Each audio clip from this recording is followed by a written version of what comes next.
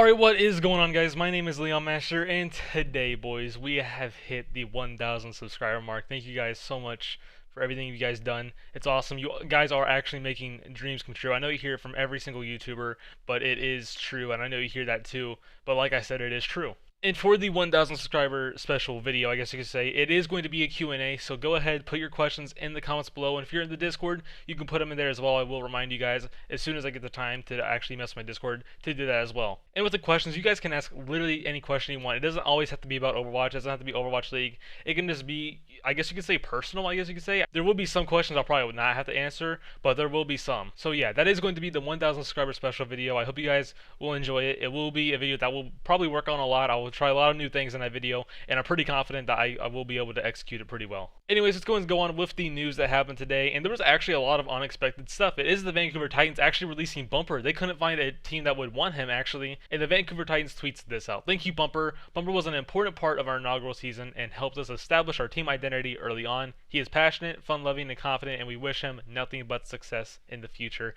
Tim Holloway, Esports Director. And I gotta say, I didn't expect him to get fully released. I expected him to either stay on the team or go on to a team that they would trade for cash, but it doesn't look like they found a team to trade for him, and it will suck. But I do think there is a team that would like to pick him up now that they didn't get a trade.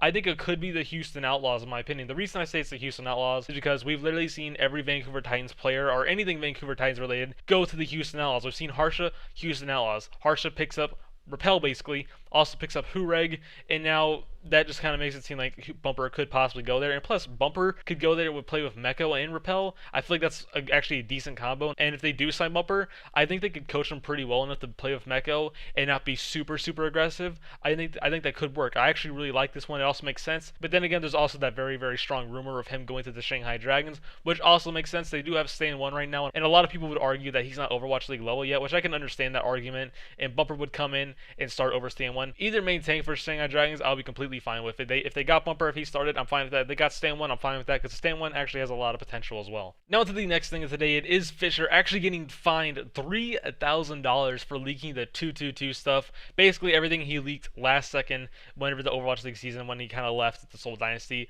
But here's the little thing that was on the discipline tracker. I think that's what it's called on the Overwatch League website. It says November 26th, Fischer, Vancouver Titans, fined $3,000 for sharing confidential league information. So yeah, as soon as he said that, I think that was basically him already just digging a hole for himself in fined area, or maybe even suspension. So I think this is fair. Maybe it could even be a little bit higher, but who knows? Obviously, it is Overwatch League, and we're still kind of starting out. So $3,000 is pretty fine for Fischer at the start. But to go back with the Vancouver Titans and also Fischer, I really hope that Fischer ends up working out with the team. I really do, because I just don't think, you know, Bumper not being there anymore honestly hurts the team.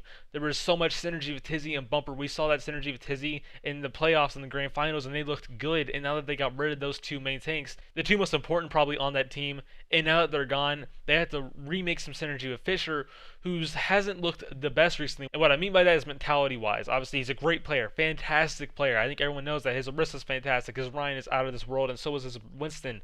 He's a great main tank player, but can he bring that to the Titans? Can they adapt to the Fischer's playstyle? Can they do that? And plus, they did get Jae Hong. I'll go over that at the end of the video. Now to the next one. It is Fahzix actually retiring from Overwatch competitive, and it's actually pretty sad because he was definitely one of my favorite players. He does tweet out, "Thank you, Overwatch." I haven't read the entire tweet longer, but the long story short, it is that he is retiring. It is sad to see, and he has said in the past he is going to make a book about his ways through the Overwatch competitive, and I think I will probably pick that up whenever that comes out, maybe next year, maybe 2 years from now, maybe 3 years. Whenever that book comes out, I'll probably buy that book as well. And more things to Fahzix. You know, it's sad that he got onto a team like Washington Justice and didn't even play his role that he was comfortable with. I don't know if you guys know, but his main role was the off-sport role. Obviously, he could flex at a Lucio here and there. He was a very strong shot caller, and that got taken away from him on the Washington Justice, so that probably hurt him a little bit more. And also that he had to play Lucio. That wasn't one of his best heroes. He could definitely play, and he has great communication, but I bet if you put him on a hero like Zenyatta, which definitely they needed at the beginning of the season, because Guido was not the best as well. I love to see Fahzix and maybe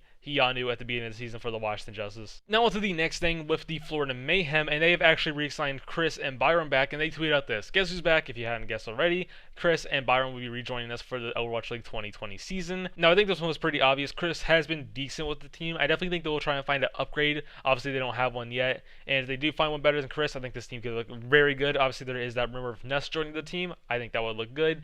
Then on the Byron, I think Byron's a perfect, name for a substitute player. He has potential to be good. And I think him being a substitute or a backup, I guess you'd say, for Gangnam Jin is actually pretty huge. He is a great player. He's actually pretty flexible if that ever does have to come into play. He can play Ana and Zen pretty well, but when he compared to Gangnam Jin, it's completely different. Now on to another thing. It is the Shanghai Dragons actually signing 2 more coaches to their coaching staff. And Overwatch Beacon tweets this out. Official at the Shanghai Dragons meet and greet, it was announced that Jae and Dongsu will be joining the Shanghai Dragons as assistant coaches. And these are 2 great assistant coaches. Obviously, Jae has worked with the London Spitfire, and Dongsu has worked with the LA Valiant for a little bit. So I definitely think these 2 coaches are huge to bring on the Shanghai Dragons. I do like these. Then on to the last thing of today. It is with me going over something that's now official now that I made videos previously that was leaked, and it is Ryo Jae Hong joining the Vancouver Titans. And they tweet out this: "We are very excited to welcome the man, the myth, the legend, Ryo Jae Hong to the Vancouver Titans." If you guys have been around here, you guys know my thoughts about the signing. It's probably one of the worst signings this offseason so far.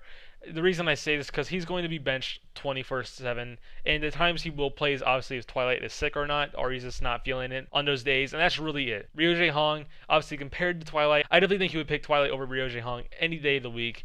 And like I said, this was one of the worst signings in my opinion this offseason. He could have definitely went to other teams as well, like the Hangzhou Spark possibly. So many other teams would have wanted Ryo Jae Hong, but he went with Titans, a team that he'll probably never get any playtime on. It sucks to see it happen. He was a legend in last season, especially. That was when he popped off compared to the season 1 time. Hopefully, if he does start, he shows those performances once again, and maybe even better than Twilight. We'll just need to wait and see. And we'll need to see how the Fischer one turns out as well with the Vancouver Titans. These guys have not been making the best decisions, in my opinion, on the offseason. They probably had the worst offseason, in my opinion. Making moves like Ryo Jae Hong to the team, it's questionable. I don't understand. Then you release Bumper and Tizzy. What? I don't. Those are the 2 best players on the team. What I mean by that is synergy-wise. I said that again at the beginning of the video, and I'll say it here now. Then you have Fischer. Hopefully Fischer can adapt to it well. When I look at the team, it looks decent, but will it work? That is going to be it from you guys. I hope you enjoyed. Just a little reminder, like I said, put some questions down in the comments below for the 1,000 subscriber special video. Don't forget to join my Discord down below. Also, don't forget to follow my Twitter and my Twitch, and don't forget to hit that bell, and don't forget to leave a like, comment, and subscribe down below, and I'll see you guys on the next one.